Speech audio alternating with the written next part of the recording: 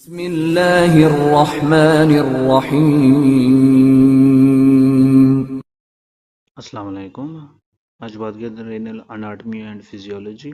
सबसे पहले देखिए किडनी की लोकेशन कहाँ पर होती है। यह पेरोटोनियल ऑर्गन है located between the T12 and L3 vertebra. ये T12 L3 वर्टिब्रा जो लेवल कॉलम उसकी लेवल है, यहाँ पे बहुत किडनी होते हैं, ठीक है।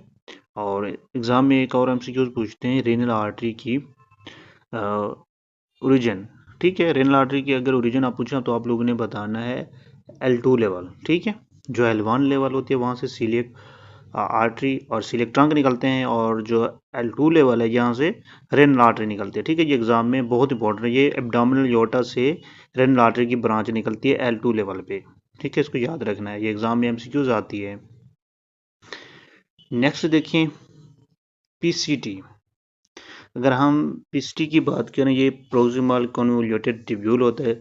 यहाँ पर काफ़ी चीज़ें अब्जॉर्ब होती हैं, वो देखते हैं कौन सी चीज़ें अब्जॉर्ब होती हैं। यहाँ पे देखें सबसे पहले सोडियम ग्लूकोज को ट्रांसपोर्टर लगा होता है जिसको SgL2 कहते हैं, ठीक है। ये ट्रांसपोर्टर क्या करवाता है, ग्लूकोज की रीअब्जॉर्प्शन करवाता है। यहाँ पे जो ग्लूकोज है 100% रीअब्जॉर्ब होते हैं। इसके अलावा amino acids, lactose, uric acid वगैरह ये भी क्या होते हैं, अब्जॉर्ब होते हैं। यहाँ पे एग्जाम में जो एमसीक्यूज मोस्टली पूछते हैं वो पूछते हैं यहाँ पे ग्लूकोज कितना परसेंट अब्जॉर्ब होती है, 100% अब्जॉर्ब होती है, ठीक है। और किसके थ्रू होती है, ये सोडियम ग्लूकोज को ट्रांसपोर्टर की मदद से।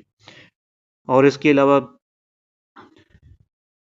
पीसीटी पे आप लोगों ने एक चीज़ याद रखनी है, यहाँ से एरिथ्रोपोइटिन की भी प्रोडक्शन होती है, ठीक है। ये पीसीटी की लेवल पे एरिथ्रोपोइटिन की प्रोडक्शन होती है। यहाँ पे क्या होता है, पेरिट्यूब्युलर इंटरस्टिशियल सेल्स होते हैं जो कि लो सोडियम को डिटेक्ट करते हैं। जब भी सोडियम की लो लेवल होती है एरिथ्रोपोइटिन की प्रोडक्शन शुरू हो जाती है। आप लोगों ने देखा होगा जो लोग हाइपोक्सिया में होते हैं वो लोग पोलिसीमिया के साथ आते हैं, ठीक है। ये याद रखना है। नेक्स्ट देखें कलेक्टिंग डक्ट। जो कलेक्टिंग डक्ट होती है इसके दो पार्ट्स होते हैं, एक प्रिंसिपल सेल, दूसरा इंटरकैलेटर सेल्स, ठीक है। प्रिंसिपल सेल्स की अगर बात करें तो ये क्या होते हैं, इंटर कलेक्टिंग डक्ट ये होते हैं, ठीक है। और ये रेगुलेट करते हैं वाटर को, ठीक है। ये रेगुलेट करते हैं वाटर को। प्रिंसिपल से वाटर की एब्जॉर्प्शन होती है क्योंकि यहाँ पे एक्वेपोरेंस होते हैं जो कि स्टिमुलेट होते हैं एडीएच से, ठीक है। जो एडीएच होता है यहाँ पे V2 रिसेप्टर होते हैं इक्वेपोरेंस के ऊपर। एडी जब आता है ये V2 रिसेप्टर स्टिमुलेट हो जाते हैं, वाटर की रीअब्जॉर्प्शन शुरू हो जाती है, ठीक है। और इसके अलावा जो V1 होते हैं ये कहाँ पे होते हैं, ब्लड वेसल्स के ऊपर, ठीक है। ये ब्लड वेसल पे जब एडी अटैक करता है तो ये क्या होती है, वेजो कंस्ट्रिक्शन हो जाती है। अलावा जो सोडियम होती है, सोडियम रेगुलेट होती है एल्डोस्टेरोन की मदद से। जो एल्डोस्टेरोन है ये आप लोगों की सोडियम और पोटाशियम दोनों को रेगुलेट करता है, ठीक है। ये सोडियम को रीअब्जॉर्ब करवाता है, कैल्शियम पोटाशियम को एक्सक्रीट करवाता है, ठीक है। ये याद रखना है, पोटाशियम की एक्सक्रीशन करवाता है। जो इंटरकैलेटर सेल्स होते हैं, इंटरकैलेटर सेल्स क्या करवाते हैं, अल्फा सेल से बने होते हैं या बीटा सेल से बने। जो अल्फा सेल्स होते हैं ये क्या काम करते हैं, ये सिक्रीट करते हैं हाइड्रोजन आयन को फॉर एसिडोसिस करेक्शन। अगर एसिडोसिस हुआ हो तो उसको करेक्ट करने के लिए हाइड्रोजन आयन सिक्रीट होता है अल्फा सेल से। और जो बीटा सेल्स हैं ये सिक्रीट करते हैं बाइकार्बोनेट, ठीक है। ये बाइकार्बोनेट को सिक्रीट करते हैं, ठीक है। ये किस लिए होते हैं, ये अल्कोलोसिस को करेक्ट करने के लिए। इतना याद रखना है। और इसके अलावा नीचे देखें GFR, ग्लोमेरुलर फिल्ट्रेशन रेट, जो कि नॉर्मल होता है 100 to 120 होता है, ठीक है। 100 to 120 जो ग्लोमेरुलर फिल्ट्रेशन रेट है ये नॉर्मल होता है। और इसके अलावा इसको मेजर कैसे करते हैं, जो बेस्ट मेजर करते हैं, गोल्ड स्टैंडर्ड है वो इन्यूलिन है, ठीक है। इन्यूलिन क्या क्लियरेंस इज गोल्ड स्टैंडर्ड, ठीक है। इसके अलावा creatinine is best for clinically अगर हमने देखना है बेस्ट जो है क्रिएटिनिन है, ठीक है। मोस्टली हम क्रिएटिनिन को यूज करते हैं। अगर गोल्ड स्टैंडर्ड पूछें तब आप लोगों ने इन्यूलिन लगाना है। इसके अलावा रेनल प्लाज्मा फ्लो को कैसे मेजर करते हैं, पैरा अमीनो हाइप्यूरिक एसिड, ठीक है। इसको छोड़ना कैसे मेजर करते हैं, बस इसका नहीं यही नेम याद रख लें। रेनल प्लाज्मा फ्लो को मेजर करने के लिए क्या करते हैं, पैरा अमीनो हाइप्यूरिक एसिड, ठीक है। नेक्स्ट देखिए renin release from just glomerular cell, G cell से ये रिलीज होती है और stimulated by low sodium delivery to macula densa, ठीक है। ये मैक्यूला जो डेंसा है ये लेट पार्ट ऑफ डिसिटी पे होता है। जब सोडियम की डिलीवरी किडनी की तरफ लो होती है ये तब क्या करते हैं, जे सेल्स को स्टिमुलेट कर देते हैं। रिजल्ट क्या बनता है, रेनिन की प्रोडक्शन होती है, ठीक है। ये रेनिन रिलीज हो जाती है जे सेल से। नेक्स्ट देखिए विटामिन डी जो है फर्स्ट हाइड्रोक्सीलेटेड इन द लीवर। ये सबसे पहले विटामिन डी लीवर में हाइड्रोक्सीलेटेड होता है। और इसके अलावा ये कन्वर्ट होता है फिर किस में 25 हाइड्रोक्सी विटामिन डी किसकी मदद से 25 हाइड्रोक्सिलेज एंजाइम की मदद से। ठीक है, और ये किडनी में फिर जाके क्या करता है, ये जो 25 हाइड्रोक्सी विटामिन डी है ये किस फॉर्म में कन्वर्ट होता है, फिर एक्टिव फॉर्म में कन्वर्ट होता है। एक्टिव फॉर्म कौन से, 125 डाई हाइड्रोक्सी विटामिन डी। ठीक है, ये एक्सी की जो है एक्टिव फॉर्म है। ठीक है, इसको बोलते हैं calcitriol. Calcitriol is active form of vitamin D.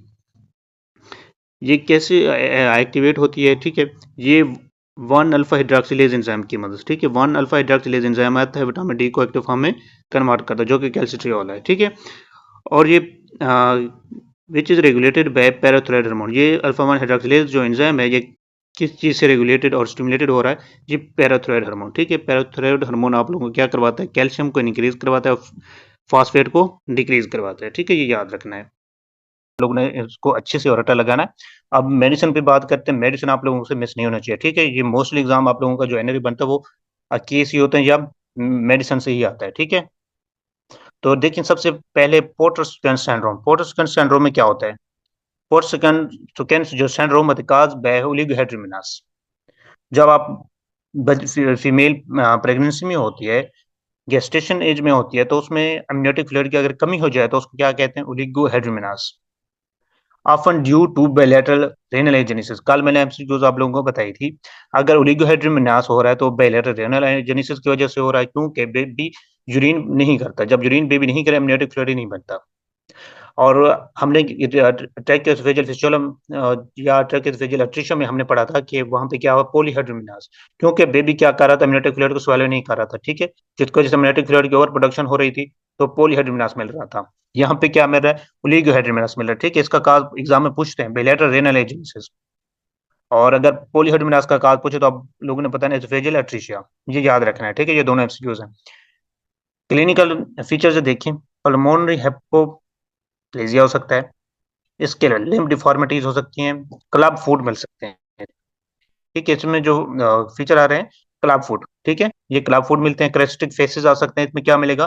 फ्लैटेन knows होगा, लो से टेयर्स होंगे, क्योंकि ओलिगोहाइड्रोमिनास है, क्योंकि फ्लोएटिक फ्लूइड है नहीं, बेबी ने मूव करना है, तो जो एरिया जो डिफॉर्मिटीज हो रही हैं वो लिम्ब मोस्टली होते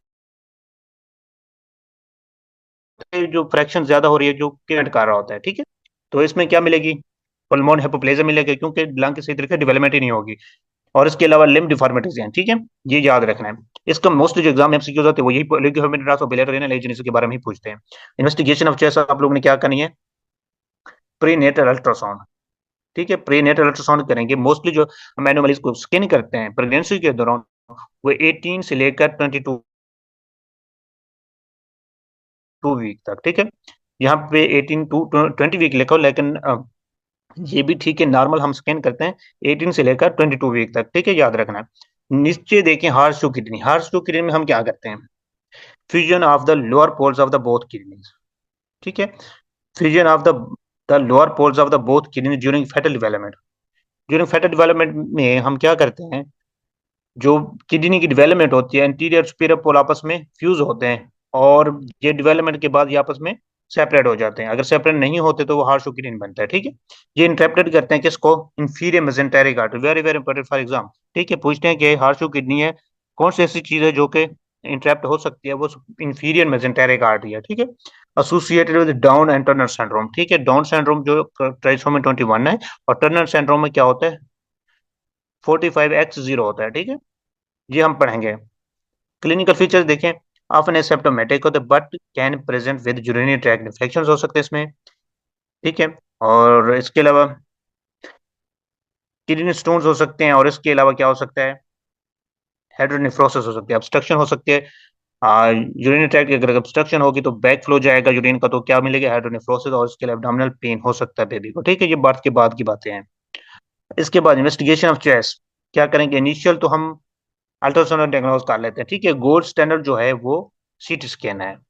ठीक है, एग्जाम में यहाँ से जो एमसीक्यूज बनेगी वो यही पूछे, इंफीरियर मेसेंटेरिक आर्टरी की इंटरप्शन पूछते हैं। ठीक है, ये याद रखना है। नेक्स्ट देखिए नेफ्रोटिक सिंड्रोम। नेफ्रोटिक सिंड्रोम में क्या होता है? हैवी प्रोटीनूरिया होता है। ठीक है, जो प्रोटीनूरिया होता है उसकी जो यूरिन में लेवल मिलती है मोर देन 3.5 ग्राम पर डे मिलते हैं। ठीक है, जब प्रोटीन का लॉस होता है हाइपोअल्बुमिनिया होता है, जो मेन प्रोटीन लॉस होती है एल्ब्यूमिन लॉस होती है। ठीक है, इसके अलावा पेशेंट को एडिमा मिलेगा। एडिमा इसलिए मेरे को मिल रहा होता है क्योंकि एल्ब्यूमिन है नहीं, अनकोटिक प्रेशर डिक्रीज है जिसकी वजह से एडिमा मिल रहा है। ठीक है, इंसल्टेशन से जो फ्लूइड वापस ही नहीं जा रहा। इसके अलावा हैपोलिपिडीमिया मिलता है। ठीक है, हैपोलिपिडीमिया मिल रहा होता है। नेक्स्ट देखिए जो इंपॉर्टेंट है एग्जाम के लिए, मिनिमल चेंज डिजीज, इसको लिपोइड निफ्रोसिस भी कहते हैं, इसका दूसरा नाम है लिपोइड निफ्रोसिस। ठीक है, इसके काज देखें, एडियोपैथिक है, मोस्ट कॉमन इन चिल्ड्रन, इसका काज एडियोपैथिक है और मोस्ट कॉमन ये बच्चों में होती है। ठीक है, एग्जाम इसी टाइम से क्यूज आएगी। Associated with answer, infection, allergies, malignancies. Malignancy कौन सी? होजकिन लिम्फोमा। ठीक है, मोस्ट कॉमन काज वही एडियोपैथिक है। नीचे से कोई अगर काज दे दें या पूछ सकते हैं। ठीक है, इतनी पूछते नहीं है, पूरा पूरा केस ही देंगे। ठीक है, यंग एज में अगर किसी पेशेंट को कोई बच्चा आ जाए तो उसको अगर किडनी मसला हो रहा है तो मिनिमल चेंज डिजीज आप लोगों ने सोचना है। ठीक है, वो एडिमा के साथ आएगा। नीचे देखिए हॉलमार्क। ठीक है, आप लोग ने हॉलमार्क से ही क्वेश्चन को पहचानना होता है। तो हॉलमार्क देखें, podocyte effacement on electron microsite microscopy. ठीक है, पोडोसाइट फेसमेंट होते हैं इलेक्ट्रॉन माइक्रोस्कोपी पे। इसके अलावा normal glomerular on light microscopy. ठीक है, लिपिड में भी सीन एनपीसीडी, लिपिड की डिपोजिशन होती है, इसके लिए इसको लिपोइड नेफ्रोसिस कहते हैं। ठीक है, यहाँ पे लिपिड डिपॉजिट होना शुरू हो जाती है। ठीक है, इसमें क्या होता है, एल्ब्यूमिन है नहीं, जिसकी वजह से वो क्या करवाती है, अनकोटिक प्रेशर को इंक्रीज करवा रही होती है। इस वजह से इसमें हाइपोलिपिडीमिया मिल रहा होता है, लिपिड पीसीटी पे डिपॉजिट होना शुरू हो जाती है। और बेस्ट एग्जाम एमसीक्यूज जो आती है वो आप लोगों ने बताना है क्या है, इसकी ट्रीटमेंट है। ट्रीटमेंट पूछते हैं कौन सी ऐसी नेफ्रोटिक डिजीज है जो कि बेस्ट रिस्पॉन्ड करती है स्टेरॉइड को। ठीक है, वो मिनिमल चेंज डिजीज है। ठीक है, इसमें कौन सी ड्रग दे सकते हैं, प्रेडनिसोलोन। ठीक है, और नेक्स्ट देखें, focal segmental glomerulo sclerosis, obesity, HIV इसके काज हैं, heroine more common in black people. ठीक है, तो ये ब्लैक पीपल के अंदर मोस्ट कॉमनली देखी जाती है। इसके काज में एचआईवी या हीरोइन या ओबेस पीपल हैं।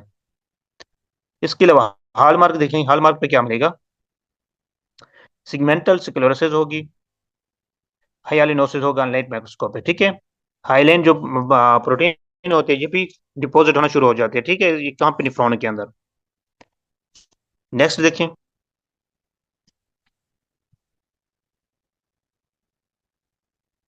और इसकी इन्वेस्टिगेशन आप कैसे करें, फोकल सेगमेंटल ग्लोमेरुलर स्क्लेरोसिस की प्रोटोनोरिया देखोगे, और इसमें जब बियोप्सी करोगे आप लोग क्या मिलेगा, स्क्लेरोसिस मिलेगा। ठीक है, स्क्लेरोसिस हार्डनिंग होती है टिश्यू की। ठीक है, और इसके लिए मेम्ब्रेनस नेफ्रोपैथी देखें, मेम्ब्रेनस नेफ्रोपैथी में काज देखें, प्राइमरी हो सकता है या सेकेंडरी हो सकता है। प्राइमरी अगर काज देखें, antibody against phospholipase 2 receptor, antibodies against phospholipase 2 receptor के खिलाफ होते हैं। सेकेंड जो एचपीवी एचसीवी, और इसके अलावा क्या हो सकता है, कैंसर या एंसर्स हो सकती हैं।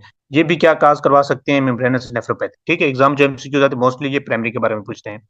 इसके अलावा हॉलमार्क, इसका हॉलमार्क देखें, सब epithelial spike and dome deposit on electron microscopy. ठीक है, ये जो एंटीबॉडी अगेंस्ट फॉस्फोलिपेज 2 रिसेप्टर के खिलाफ बनी होती है, ये सब एपिथेलियम में क्या जाके ये डिपोजिट होना शुरू हो जाती है। जो इसकी शेप बनती है स्पाइक एंड डोम आती है। ठीक है, ये एग्जाम में एमसीक्यू आती है, spike and dome deposits on electron microscope, ये किस में आ जाएगा, मेम्ब्रेनस नेफ्रोपैथी में।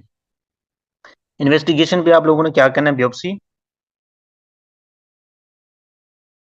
और आप लोगों ने देखनी है। ठीक ठीक है, ये सीरोलॉजी पे पता चलेगा आप लोगों को। इसके अलावा डायबिटिक नेफ्रोपैथी, डायबिटिक नेफ्रोपैथी के ऊपर ये एक दो एमसीक्यूज आती है, वो मैं आप लोगों को बताता हूँ कौन सी आती है। ये क्रोनिक हाइपरग्लाइसीमिया। ठीक है, क्रोनिक हाइपरग्लाइसीमिया, ग्लूकोज कंट्रोल नहीं हो रहा पेशेंट को, क्या होगा, डायबिटिक नेफ्रोपैथी। इसके अलावा आप लोगों ने सुना होगा रेटिनोपैथी। इसके अलावा देखिए हॉलमार्क इसका जीबीएम थिकनिंग इसिनोफिलिक ग्लोमेरुलो स्क्लेरोसिस होती है। अगर ग्लोमेरुलर बेसमेंट मेम्ब्रेन के अंदर इसिनोफिलिक ग्लोमेरुलोस्क्लेरोसिस की थिकनिंग हो जाए तो उसको क्या कहते हैं, Kimmelstiel Wilson nodule. Kimmelstiel Wilson nodule या इसिनोफिलिक ग्लोमेरुलोस्क्लेरोसिस की डिपोजिशन होती है ग्लोमेरुलर बेसमेंट मेम्ब्रेन के अंदर। ठीक है, ये इसको आप लोगों ने इस नेम को याद रखना है। और इसमें इन्वेस्टिगेशन पूछते हैं, मैक्रो एल्ब्यूमिनेरिया। मैक्रो एल्ब्यूमिनेरिया ये फर्स्ट क्लिनिकल सिम्टम्स होता है किस चीज का, डायबिटिक नेफ्रोपैथी का। ठीक है, ये आप लोगों ने याद रखना है, इसको एग्जाम में एमसीक्यू आती है। इसके लिए ट्रीटमेंट देखें, ग्लाइसीमिक कंट्रोल रखना है आप लोग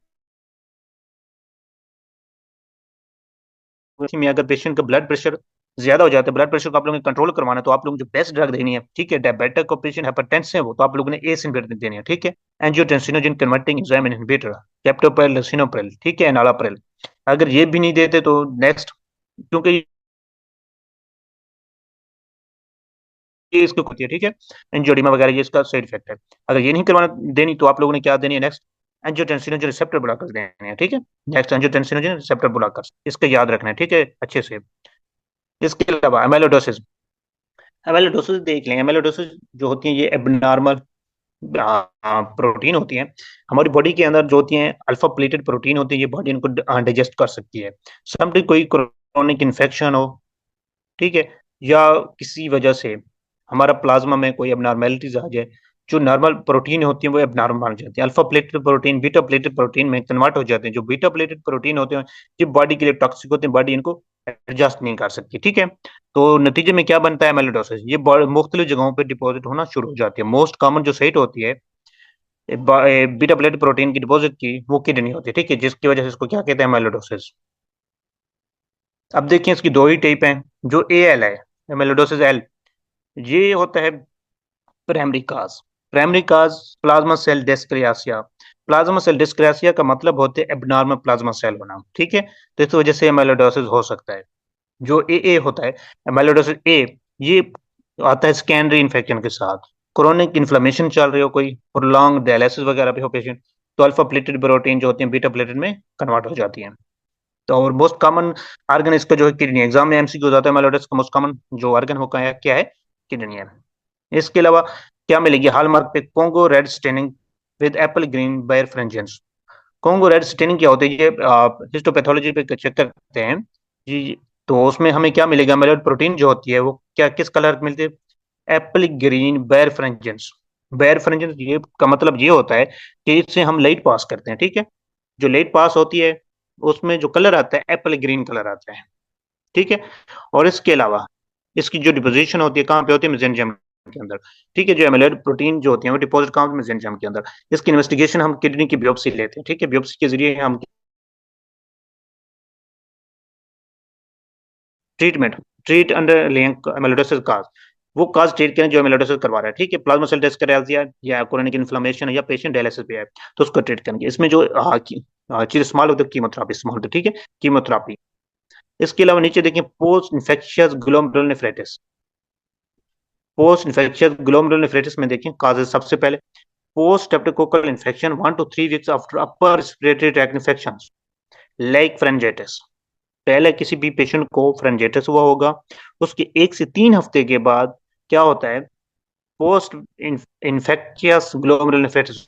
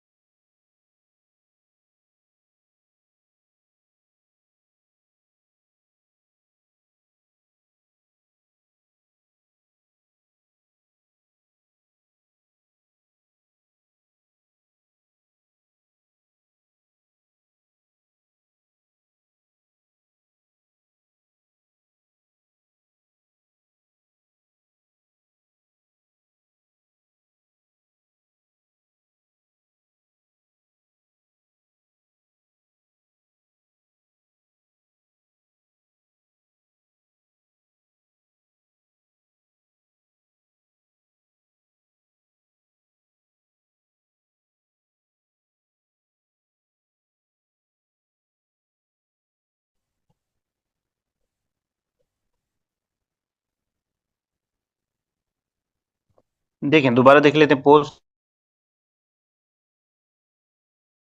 इन्फेक्शियस ग्लोमेरुलोनेफ्राइटिस क्या होता है, पोस्ट स्ट्रेप्टोकोकल इन्फेक्शन होता है 1 to 3 weeks, ठीक है, सबने ज्वाइन कर लिया, ठीक है। ये पोस्ट स्ट्रेप्टोकोकल इन्फेक्शन होता है 1 to 3 week after upper respiratory infection के बाद, ठीक है, जब किसी पेशेंट को फ्रेंजाइटिस होता है तो उसके बाद 1 से 3 हफ्ते के बाद पोस्ट स्ट्रेप्टोकोकल इन्फेक्शन की वजह जैसे ही क्या होता है पोस्ट इन्फेक्शियस ग्लोमेरुलनेफ्राइटिस होता है। ठीक है, इसकी ड्यूरेशन आप लोगों ने याद रखी 1 to 3 वीक। एक आगे और हम डिजीज पढ़ेंगे जो उसके साथ सेम सेम आते हैं, रिजेंबलिंग होते हैं, बस डेज का फर्क होता है और वीक का फर्क होता है। तो इसके बाद हॉलमार्क सब immune complex humps on electron microscope. क्या मिलता है? सब एपिथेलियल इम्यून कम्प्लेक्स हम्प्स होते हैं इलेक्ट्रॉन माइक्रोस्कोपी पे। ठीक है, और इसमें स्टेरिस के अपीयरेंस आते हैं। स्टेरिस के अपीयरेंस एग्जाम के लिए बहुत इंपॉर्टेंट, पिछले एनआरए में आई हुई थी। ठीक है, और लंपी बम्पी भी कहते हैं इसको। क्यों कहते हैं? क्योंकि इसके अंदर एंटीबॉडी की डिपोजिशन होती है। जो एंटीबॉडी की डिपोजिशन होती है, जो शेप बनती है, उसमें क्या होती है? स्टेरिस के अपीयरेंस या लंपी बम्पी इसको कहते हैं। इसमें एंटीबॉडी देख लें, आईजीजी, आईजीएम और C3b की डिपोजिशन हुई होती है।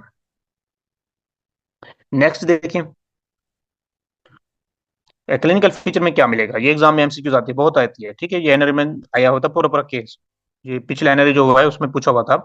स्टेरिस के पेरेंट्स और कोलर कलर जो किस में आता है, ये सीधा सीधा पूछा हुआ था। ठीक है, पोस्ट इन्फेक्शन ग्लोमेरुलनेफ्राइटिस में आता है। ठीक है, इसकी इन्वेस्टिगेशन देखें, लो C3। ठीक है, ये इम्यून कम्प्लेक्स है। ठीक है, इसके अलावा एसोटेटर एंटीस्ट्रेप्टोकोकल ओ एंटीजन। ठीक है, ये स्ट्रेप्टोकोकस को डियाग्नोज करने के लिए इस्तेमाल करते हैं ये टेस्ट। और इसके अलावा बिopसी इस्तेमाल करते हैं। ठीक है, और जो ट्रीटमेंट सपोर्ट किया रहा है। ठीक है, पेशेंट को एंटीबायोटिक्स वगैरह देंगे तो पेशेंट और रिहाइड्रेटेड रखेंगे पेशेंट को। नेक्स्ट देखिए, निफ्रेटिक सिंड्रोम। इसमें हेमाचूरिया था पेशेंट को। जो निफ्रोटिक था उसमें प्रोटीनूरिया था, और निफ्रेटिक में क्या रहा? हेमाचूरिया। ये इसका हॉलमार्क है। हेमाचूरिया क्यों आता है? Dysmorphic RBCs and RBC cast urine. Urine में आरबीसी के कास्ट मिलते हैं। प्रोटीनूरिया मेल टू मॉडरेट होता है, 5 ग्राम पर डे था। यहाँ पे कितनी है? लेस देन 3.5 ग्राम पर डे। ठीक है, और इसके अलावा हम यहाँ पे क्या करते हैं, पेशेंट में देखते हैं हाइपरटेंशन होती है। ड्यू टू फ्लूइड रिटेंशन की वजह से पेशेंट को हाइपरटेंशन मिलती है। और उसके अलावा एडिमा जो होता है पेरी ऑर्बिटल एडिमा होता है। ठीक है, ये याद रखना है। उसके अंदर जो एडिमा था बॉडी को जनरलाइज एडिमा होता, और यहाँ पे क्या है? पेरी ऑर्बिटल एडिमा होता है। ठीक है, इतने प्रोटीन का लॉस नहीं होता।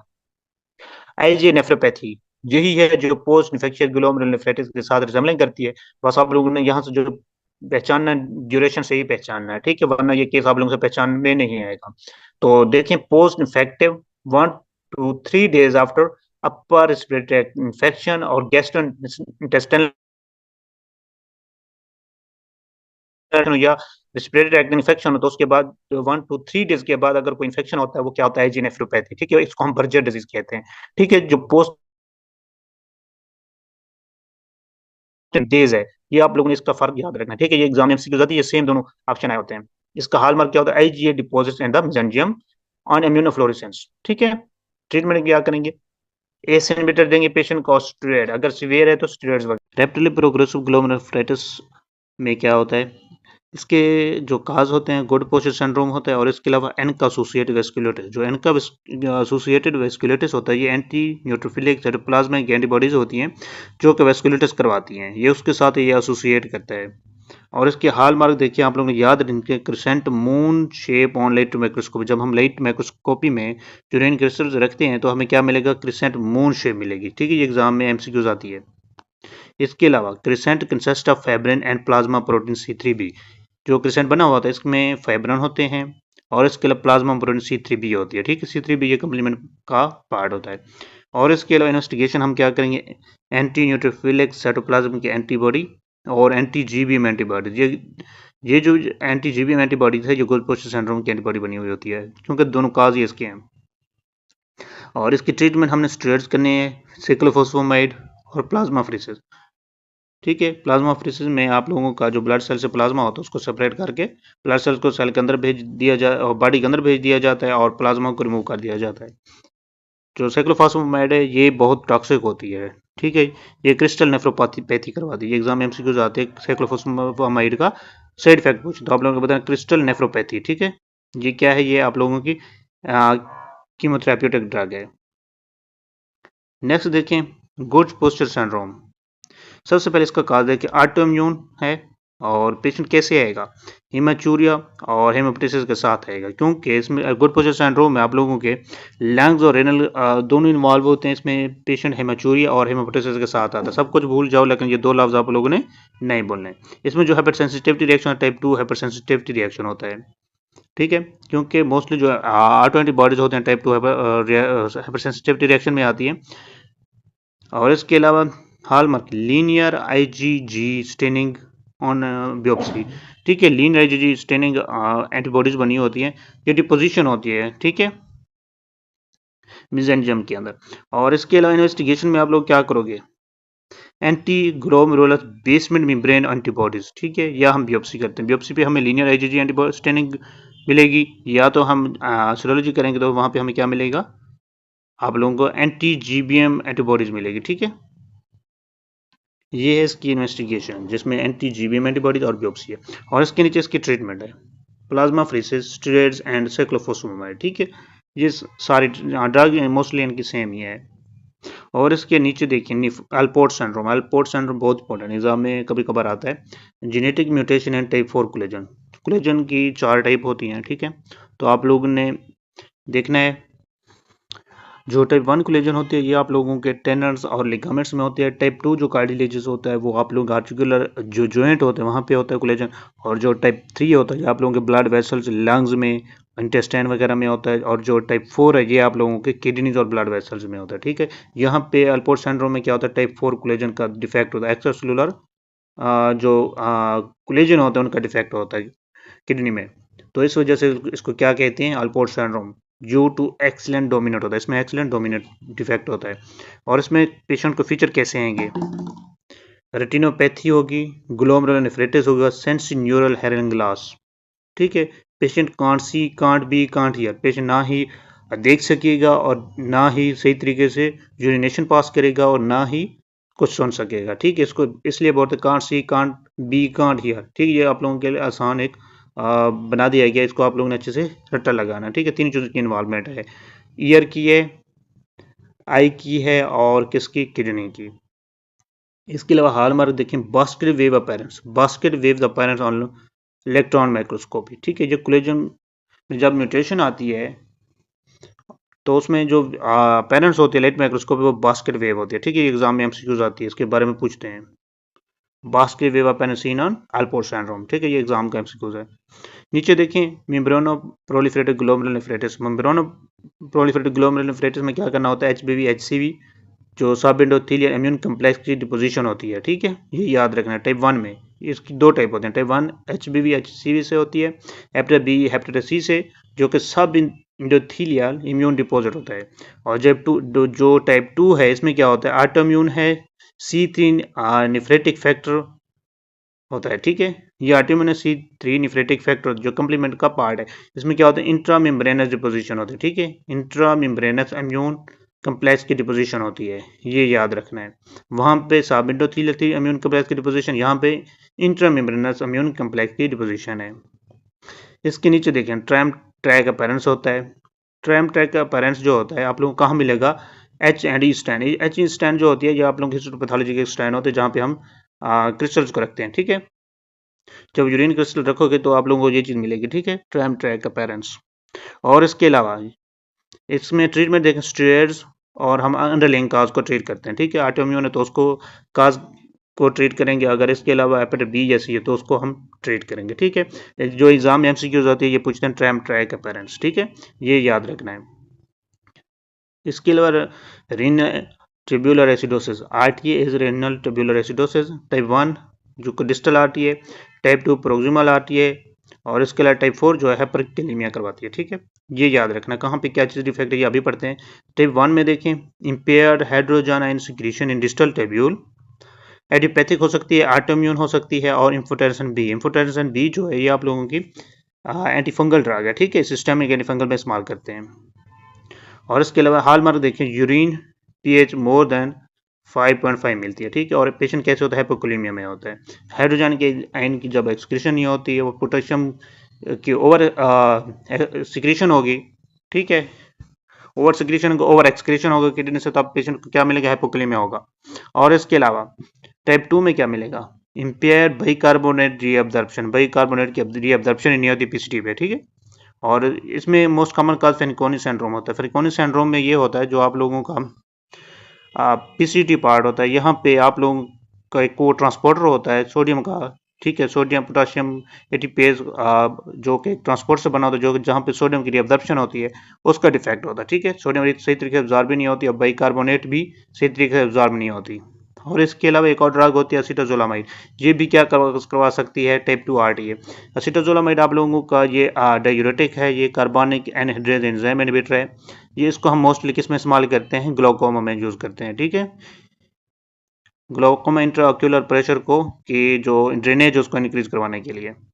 इसके अलावा इसका हाल मार्क देखें क्या है, यूरिनी पीएच मोर देन 5.5 है, और इनिशियली पेशेंट को हैपोकैलीमिया और ग्लाइकोस यूरिया होता है। ठीक है, कैलीमिया ग्लाइकोस यूरिया, RTA1 हो और RT2 दोनों में हैपोकैलीमिया होता है।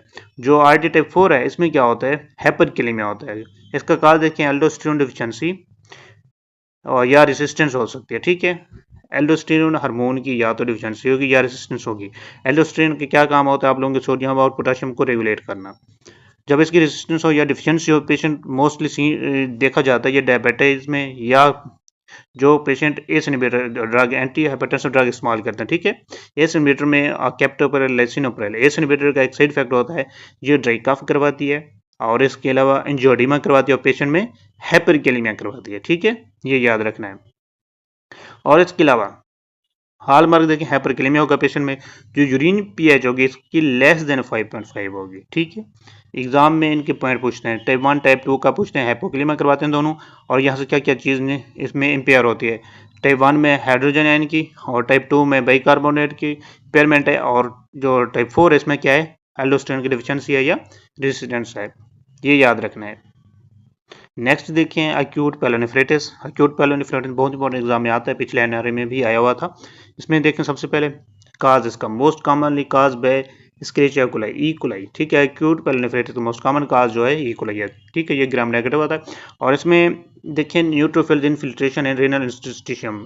रेनल इंटरस्टिशियम में क्या होता है, न्यूट्रोफिल्स की इनफिल्ट्रेशन होती है। और हालमार्क क्या मिलेगा आपको, फीवर, पेल्विक पेन और डिसयूरिया मिलेगा। ठीक है, और जब आप लोग इन्वेस्टिगेशन करोगे तो आप लोगों को मिलेगा WBC रेज मिलेंगे। ठीक है, क्योंकि बैक्टीरियल इन्फेक्शन में WBC रेज मिलते हैं और न्यूट्रोफिल्स रेज्ड होते हैं। अगर वायरल इन्फेक्शन होता तो उसमें लिम्फोसाइट रेज मिलते हैं, और टीबी में भी लिम्फोसाइट रेज मिलते हैं। और नीचे देखिए, इन्वेस्टिगेशन ऑफ चॉइस आप लोगों ने क्या करनी है, यूरिन कल्चर करेंगे। ठीक है, यूरिन कल्चर जब आप लोग करोगे तो WBC कास्ट मिलेंगे। ठीक है, ल्यूकोसाइट्स के कास्ट मिलेंगे। और ट्रीटमेंट ऑफ चॉइस जो मानी जाती है, ठीक है, इक्वली है मोस्ट कॉमन का, तो इक्वली को भी हम ट्रीट करेंगे। तो इक्वली को ट्रीट करने के लिए हम ग्राम नेगेटिव ही ड्रग्स देंगे। कौन से हो सकती हैं, सेप्रोफ्लोक्सासिन और सेफ्ट्रियाक्सोन, ये मोस्ट कॉमन ड्रग जो इस्तेमाल होते हैं ग्राम नेगेटिव के लिए। ठीक है, ग्राम नेगेटिव बैक्टीरिया के लिए हम मोस्टली यूज करते हैं सेप्रोफ्लोक्सासिन और सेफ्ट्रियाक्सोन। सेफ्ट्रियाक्सोन का एक साइड इफेक्ट होता है जो कि एलर्जी करवाता है। ठीक है, ये एलर्जिक होते हैं। ठीक है, इसका मोस्ट कॉमन साइड इफेक्ट ये है। और इसके अलावा अगर आप लोगों से पूछें सेप्रोफ्लोक्सासिन ये क्या कर दें, ये डिप्रेस किस चीज़ को करते हैं, टेंडन कार्टिलेज को। ठीक है, जो टेंडन या कार्टिलेज वगैरह होता है उनको ये डिप्रेस कर देती है। ठीक है, ये इसका कॉमन साइड इफेक्ट होता है। और ये क्या होती है, डीनेग्रेज टोपोइसोमेरेज इनहिबिटर होता है। ठीक है, डीनेग्रेज टोपोइसोमेरेज ये इनहिबिटर होता है। सेप्रोफ्लोक्सासिन का जो मैकेनिज्म ऑफ एक्शन है, ठीक है, ये याद रखना है। नेक्स्ट देखें, अक्यूट सिस्टिटिस। अक्यूट सिस्टिटिस में क्या होता है, most commonly cause by E coli. ठीक है, इसका काज भी सेम ही है। और इसमें देखें हाल मार्क, डिसयूरिया होगा, यूरिनी फ्रीक्वेंसी होगी, अर्जेंसी होगी और सुप्राप्यूबिक पेन होता है। ठीक है, पेशेंट फीवर के साथ आ सकता है और इसमें यही कंप्लेन होगी, डिसयूरिया, यूरिनी फ्रीक्वेंसी होगी, अर्जेंसी होगी और सुप्राप्यूबिक पेन होगा, क्योंकि ब्लड की जो लोकेशन सुप्राप्यूबिक की है। और इसके अलावा इसकी इन्वेस्टिगेशन ऑफ यूरिन एनालिसिस करते हैं। ठीक है, एक urine analysis showing leukocyte, esterase and nitrites वगैरह, एक यूरिन कल्चर करते हैं। ठीक है, दोनों डिफरेंट है, यूरिन एनालिसिस या यूरिन कल्चर। यूरिन कल्चर में हम बैक्टीरिया वगैरह को देखते हैं, किस बैक्टीरिया से ये इन्फेक्शन हुआ है। और इसके अलावा जो यूरिन एनालिसिस होता है इसमें कंप्लीट हम हिस्टोपैथोलॉजी करते हैं। नेक्स्ट देखें, treatment of choice. Empiric antibiotics देंगे। ठीक है, एम्पेरिक एंटीबायोटिक्स देंगे जो मोस्ट कॉमनली इफेक्टिव होते हैं एक्यूट सिस्टिटिस में, वो होते हैं न्यूट्रोफ्यूरेंटोइन और ट्राइमेथोप्रेम सल्फामेथोक्साजोल। एग्जाम में जो एमसीक्यूज मोस्टली पूछते हैं यही पूछते हैं, ट्राइमेथोप्रेम सल्फामेथोक्साजोल। ठीक है, ये ड्रग ऑफ चॉइस मानी जाता है एक्यूट सिस्टिटिस में। इसके अलावा नीचे देखें, renal cell carcinoma. Renal cell carcinoma का मोस्ट कॉमन जो काज है स्मोकिंग है, हाइपरटेंशन है और इसके अलावा जेनेटिक सिंड्रोम, एक जेनेटिक सिंड्रोम जिसको हम कहते हैं वोन हिप्पल-लैंडर सिंड्रोम।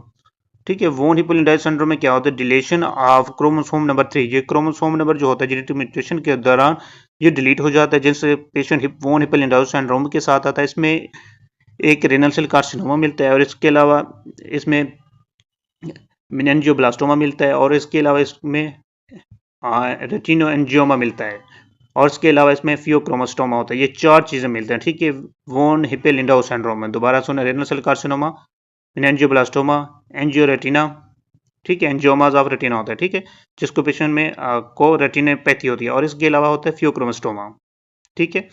ये आप लोगों ने याद रखना है। और इसमें के अलावा लेफ्ट साइड वेरिकोसील भी कॉमन होते हैं, ठीक है। लेफ्ट साइड वेरिकोसील इसलिए कॉमन होते हैं क्योंकि जो लेफ्ट टेस्टिकुलर वेन होती है वो ड्रेन होती है लेफ्ट रेनल वेन में, बाद में ये इन्फीरियर वेना केवा में जाती है। जो राइट टेस्टिकुलर वेन है वो डायरेक्टली किस में जा रही है, इन्फीरियर वेना केवा में ड्रेन हो रही है, ठीक है। इस वजह से इसमें कोई बैक फ्लो नहीं होता। ओरिजिनेट फ्रॉम पीसीटी, जो आपका रेनल सेल कार्सिनोमा होता है ये कहाँ से ओरिजिनेट करता है, पीसीटी से, ठीक है। ये आप लोगों ने याद रखना है। और मोस्ट कॉमन सब टाइप क्या है, क्लियर सेल्स है। इसकी मोस्ट कॉमन सब टाइप जो है वो क्लियर सेल है, ये आप लोगों ने याद रखना है। Clear cell is most common subtype, ठीक है। ये एग्जाम में एमसीक्यूज आती है। ये किस चीज़ से फिल्ड होता है, अक्यूमुलेटेड लिपिड एंड कार्बोहाइड्रेट्स। ये लिपिड्स और कार्बोहाइड्रेट्स से ये फिल्ड होता है, ठीक है, क्लियर सेल्स। ये एग्जाम में पूछते हैं। और क्लिनिकल फीचर देखिए, haematuria, flank pain, palpable mass होता है और वेट लॉस फीवर होता है पेशेंट को।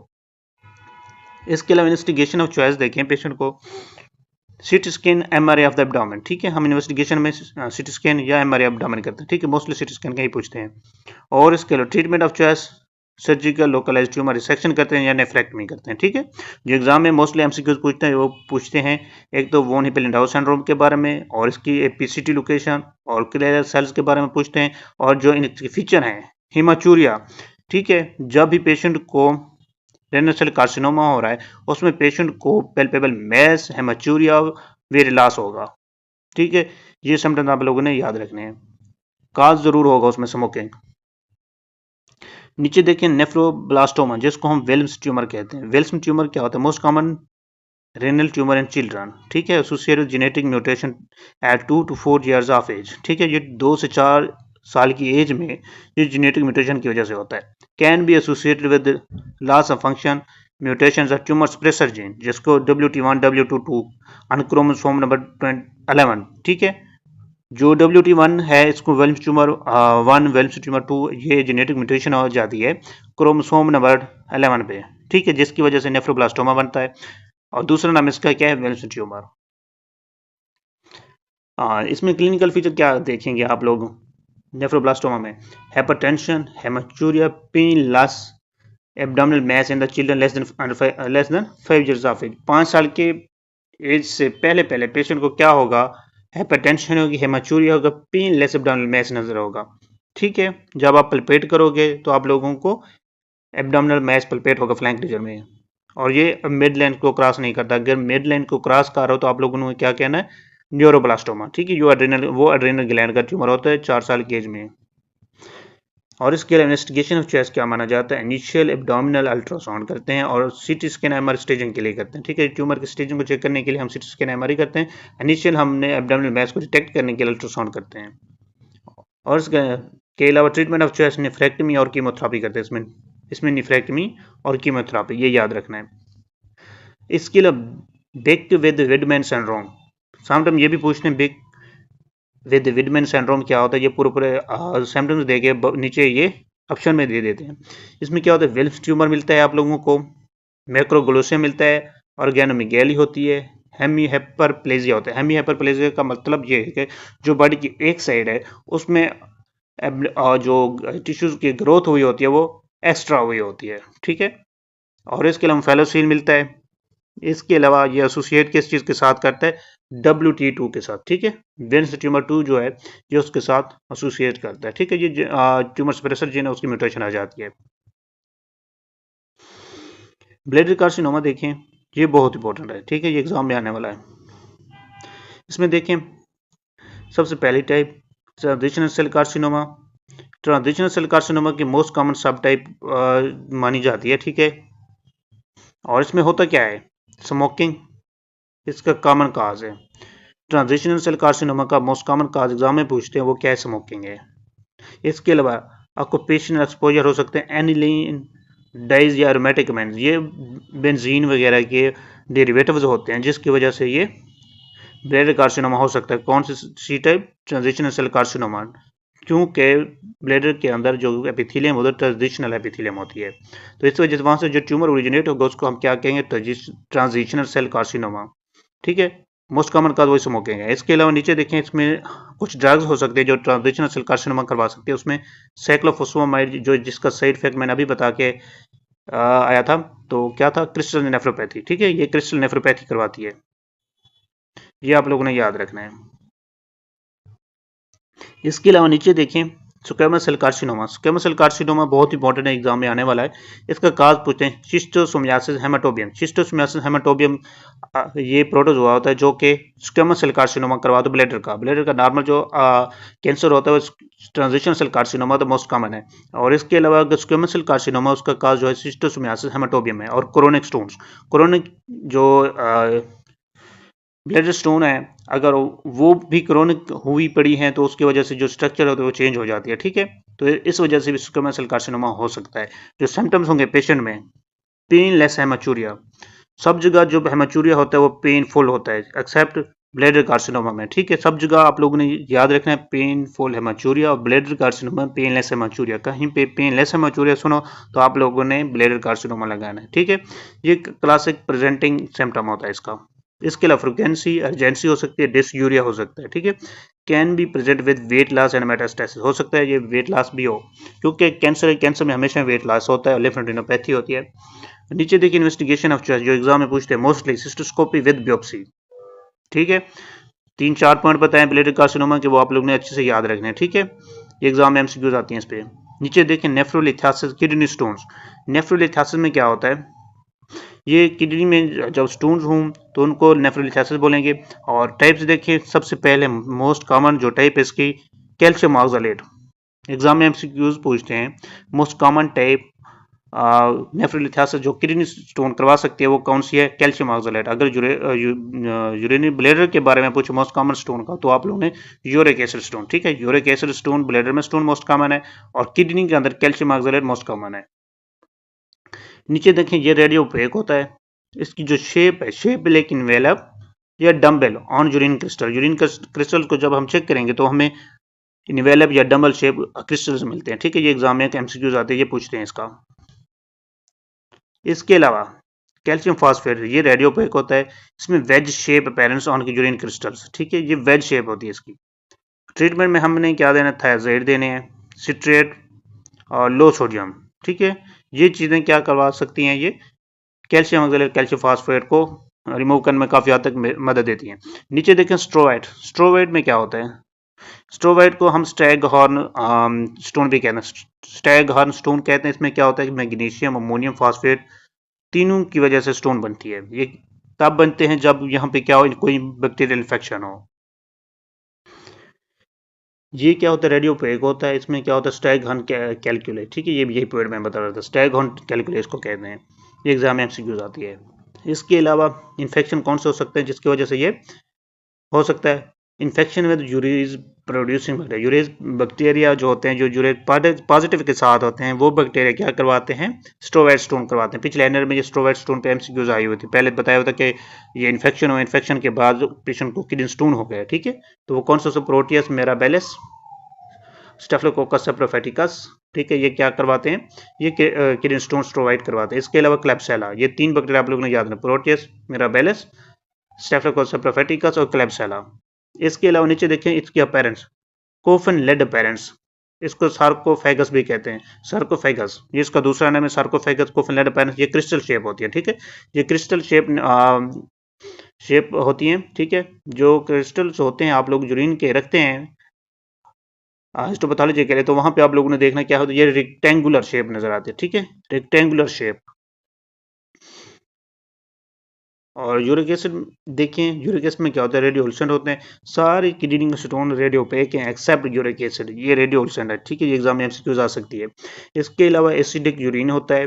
ठीक है, और इसके अलावा गाउट, यूरिक एसिड से गाउट भी होता है। ठीक है, गाउट आप लोगों को पता है, जो यूरिक एसिड की ओवर प्रोडक्शन से जो बिग टो होता है, इसमें क्या होता है? डिपोजिशन स्टार्ट हो जाती है। ठीक है, फिर पेनफुल बिग टो होता है। इसको हम बोलते हैं पुडेग्रा।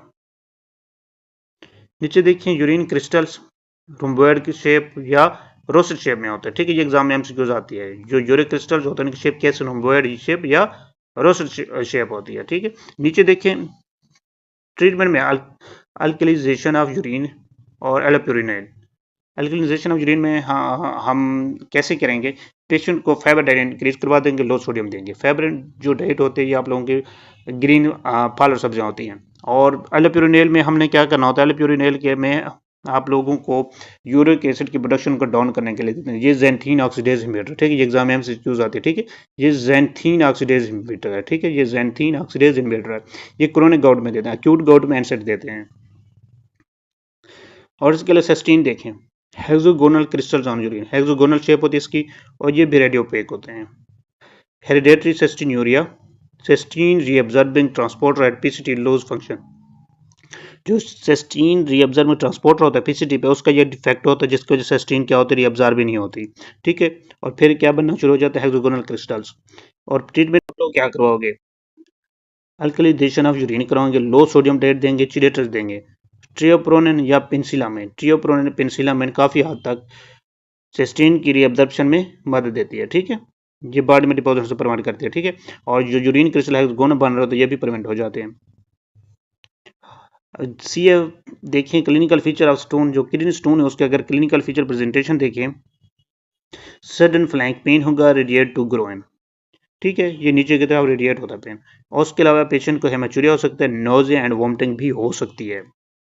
इन्वेस्टिगेशन जो है इनिशियल जो करते हैं किडनी यूरेटर ब्लैडर की एक्सरे लेते हैं, ठीक है, इनिशियल, ठीक है। किडनी स्टोन अगर सस्पेक्टेड है तो इनिशियल आप लोगों ने किडनी यूरेटर ब्लैडर की एक्सरे करवानी है। और इसके अलावा नॉन कंट्रासिटी करवानी है, ठीक है। नॉन कंट्रासिटी स्कैन गोल्ड स्टैंडर्ड मानी जाती है। और इसके अलावा अल्ट्रासाउंड क्या करवाते हैं फॉर प्रेगनेंसी ऑफ चिल्ड्रन, अगर बच्चे हैं तो और या प्रेगनेंसी है तो उस दौरान हमने क्या करवाना है, अल्ट्रासाउंड करवाना है, ठीक है। ये याद रखना है। नीचे ट्रीटमेंट में देखें, एक्यूट है तो एनसेड दें, हाइड्रेटेड रखें पेशेंट को। हाइड्रेशन से अगर स्टोन ऑब्स्ट्रक्टिव नहीं है और उसका साइज लेस देन 5 mm है, ये काफ़ी हद तक निकल जाती है, ठीक है। और इसमें जो बेस्ट रेनल स्टोन के लिए ड्रग मानी जाती है वो अल्फा ब्लॉकर्स होती हैं। कौन सी, टेम्सुलोसिन, ठीक है।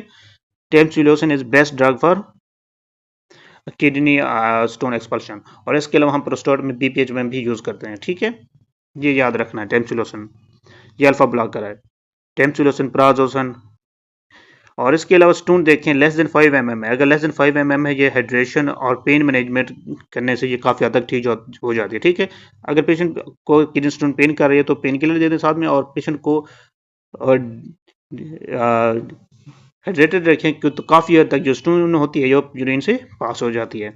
अगर इसका साइज मोर देन 5 mm है, ठीक है, तब ये 8 mm तक पास हो जाती है, ठीक है। अगर सम टाइम ये ऑब्स्ट्रक्शन दे देती है, ठीक है। और अगर इसका साइज मोर देन 10 हो जाए फिर हमने सर्जरी पे आना है। कैसे, तब हम इसकी सर्जरी सोचेंगे, लिथोट्रिप्सी करवा सकते हैं, एक्स्ट्रा कॉर्पोरल शॉक की लिथोट्रिप्सी करवाते हैं। और इसमें यूटेरोस्कोपी या परकुटेन नेफ्रोलिथॉटमी करते हैं। मोस्टली परकुटेन नेफ्रोलिथॉटमी चल रही है आजकल, ठीक है। इसके अलावा एसिड बेस्ड डिसऑर्डर देखें, आखिरी टॉपिक है।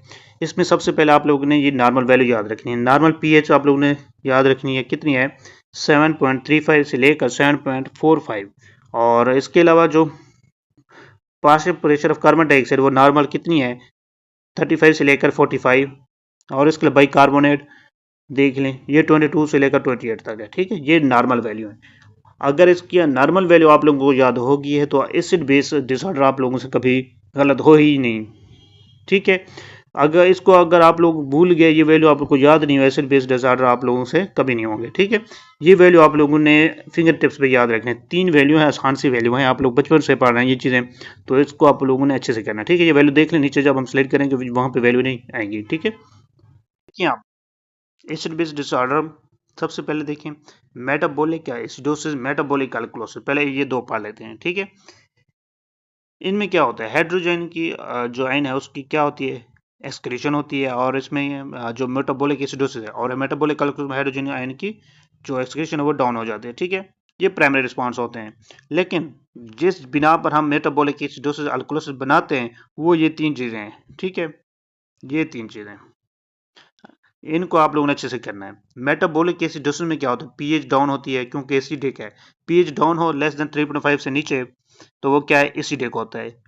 पीएच डाउन होगी एसिडोसिस, मेटाबॉलिक एसिडोसिस, ठीक है। इसमें बाइकार्बोनेट भी अपने लेवल से डाउन होता है। क्या होता है, नॉर्मल 22 से लेकर 28 था, ये 22 से नीचे होगा। जो पर्सनल कार्बन डाइऑक्साइड है ये भी लो होता है इसमें, जो नॉर्मल 35 से लेकर 45 था, ये 35 से नीचे होगा, ठीक है। ये तीनों नीचे होंगे, ठीक है। मेटाबॉलिक एसिडोसिस में ये तीनों नॉर्मल वैल्यू से नीचे होते हैं। और मेटाबॉलिक अल्कलोसिस में क्या होता है, pH, bicarbonate, partial pressure, carbon dioxide, ये तीनों इंक्रीज होते हैं, नॉर्मल वैल्यू से ये अबव होंगे। पीएच मोर देन 7.45 और बाइकार्बोनेट 28 से ज़्यादा होगी और पार्शियल प्रेशर कार्बन डाइऑक्साइड 45 से नहीं ज़्यादा होगा, ठीक है। ये याद रखना है। इनके जो एरो होंगे ये सेम होंगे। इसके बाद रिस्पिरेटरी एसिडोसिस, इस प्राइमरी रिस्पॉन्स देखें, हाइड्रोजन की ओर सिक्रीशन होगी और रिस्पिरेटरी अल्कोहोल में हाइड्रोजन की सिक्रीशन डिक्रीज हो जाएगी, ठीक है। ये याद रखना। लेकिन हमने जो बेस बनानी है अपनी एमसीक्यूज को पिक करना है वो यहाँ से ये तीन चीज़ें। जो रिस्पिरेटरी एसिडोसिस है, एसिडोसिस का आप लोगों को पता है पीएच डाउन होगी, पीएच डाउन होगी या इंक्रीज हुई, ठीक है। तो आप लोगों ने डाउन हुई तो रिस्पिरेटरी एसिडोसिस सोचना, इंक्रीज हुई तो रिस्पिरेटरी अल्कोहोलिसिस। लेकिन नीचे अगले आप लोगों ने कैसे बचाना है, बाइकार्बोनेट और पार्शियल प्रेशर कार्बन डाइऑक्साइड। यहाँ पे जो पार्शियल प्रेशर कार्बन डाइऑक्साइड है ये इंक्रीज होती है, ठीक है। और बाइकार्बोनेट भी इसके साथ इंक्रीज होता है, ये कभी एक दूसरे के साथ नहीं रहते, ठीक है। पीएच ये बाइकार्बोनेट और पार्शियल प्रेशर कार्बन डाइऑक्साइड के साथ कभी साथ नहीं रहते ये, ठीक है। ये दोनों से रिवर्स जाती है, ठीक है। वो इंक्रीज हो या डिक्रीज होगी, ठीक है। अगर ये डिक्रीज हो वो इंक्रीज हो जाएगी, ठीक है। ये आपस में नहीं बनती, ठीक है। यही याद रखना है। और इसके अलावा नीचे देखें, जो रेस्पिरेटरी अल्कोहोलिसिस में क्या होता है, पीएच इसमें क्या होती है आप लोगों की इंक्रीज होती है, पार्शियल प्रेशर ऑफ जो कार्बन डाइऑक्साइड है वो डिक्रीज होता है, बाइकार्बोनेट भी डिक्रीज होता है, ठीक है। ये याद रखना है, यही बस है, ठीक है। यही एक दूसरे के उलट टाइम। बाकी ऊपर वाले मेटाबॉलिक एसिड अल्कोहोलिसिस उनके एरो सेम है। रेस्पिरेटरी एसिडोसिस अल्कोहोलिसिस इनके जो एरो हैं ये आपस में एक दूसरे से अपोजिट हैं, ठीक है। पीएच एक तरफ है बाकी एक तरफ है, bicarbonate, partial pressure, carbon dioxide, ठीक है। ये अगर इस तरह आप लोगों ने याद रख लिया तो आप लोग ये इसको नहीं भूलोगे, ठीक है। ये आसान तरीके से मैंने समझा दिया है।